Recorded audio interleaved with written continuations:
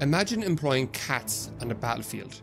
I've heard of war elephants, camels, horses, even dogs and war pigs. But these little guys? That's a new one. But here we are going to see how the Persians used cats to win a decisive battle and conquer ancient Egypt.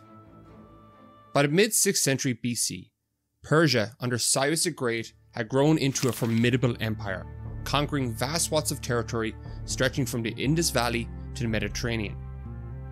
The empire had rapidly absorbed former empires such as Babylonia, Lydia, and many smaller kingdoms, leaving Egypt increasingly isolated as the last significant independent power in the region. Egypt had long been a prominent and wealthy kingdom, but had also suffered from internal strife and foreign interventions. When Cambyses II ascended the Persian throne in 530 BC after the death of his father, he inherited a massive empire and an ambition to extend its borders even further.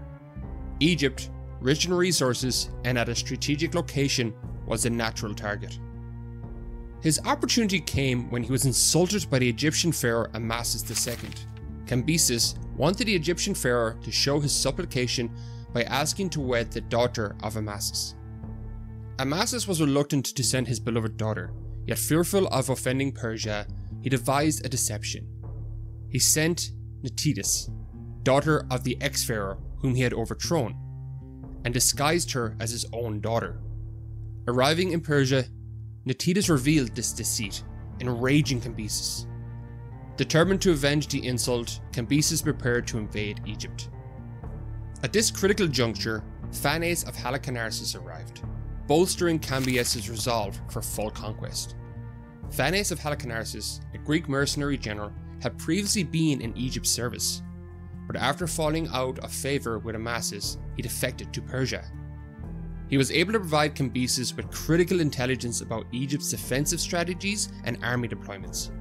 His betrayal would soon prove crucial for the Persian victory.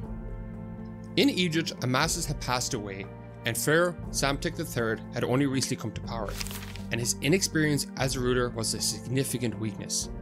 Psamtik's Egypt was underprepared for the oncoming threat from Persia, though the pharaoh attempted to fortify his defences by recruiting Greek mercenaries and rallying his native forces. Cambyses began his campaign against Egypt in 526 BC by first securing his rear flanks. This included ensuring the neutrality of Egypt's allies and even striking deals with neighbouring powers to smooth his route to the invasion. Most notably, upon the recommendation of Phanes, Cambyses secured water supplies from the Arab tribes to cross the Sinai Desert, a vital manoeuvre given the desert's harshness.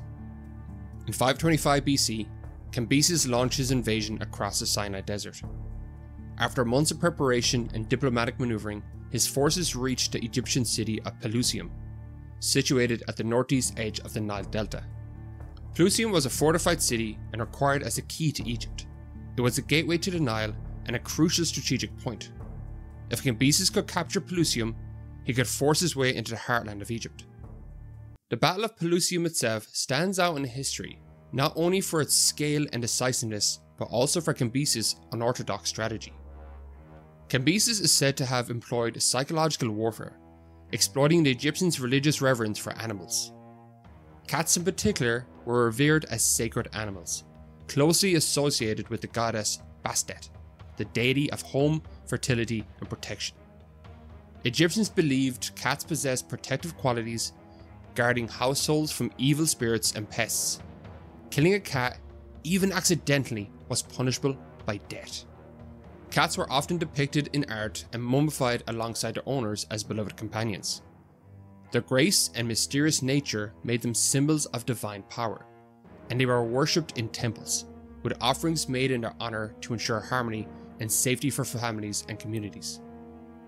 Knowing this, Cambyses allegedly ordered his troops to carry cats and paint images of Bastet on their shields, rendering Egyptians reluctant to strike their enemies for fear of angering the gods. The Egyptians were caught off guard, demoralised, and reluctant to fully commit to the fight. They were outmaneuvered and overrun by the disciplined and strategically superior Persian forces. The battle itself was a bloody affair. Ancient sources claim that thousands of Egyptians were slain, their forces crumbling under the weight of the Persian onslaught. The decisive factor, however, was not just Cambyses' cunning use of religious symbolism, but also his army's superior organisation and tactical prowess. The Egyptian forces, bolstered by mercenaries, were no match for the might of the Persian army, which was composed of battle-hardened soldiers from across the vast Persian Empire. Psamtik and his remaining forces retreated to Memphis, but the momentum was firmly on Cambyses' side. After laying siege to Memphis, Cambyses captured Psamtik and effectively ended Egypt's independence. Now I have to add a caveat here. All the sources about using cats during this battle come from ancient sources, so not the most reliable, and we can't be 100% sure this is what occurred. But the fall of Pelusium and the subsequent capture of Memphis marked the end of Egypt as an independent state and the beginning of its period as a satrapy under the Persian Empire. Cambyses II crowned himself Pharaoh of Egypt, integrating the kingdom into a sprawling empire. The victory not only enhanced the prestige of the Persian Empire, but also signaled the rise of Persia as a dominant power in the ancient Near East. If you want to learn about the Immortals, the Achaemenid Empire's elite bodyguard, click this video. See you next time.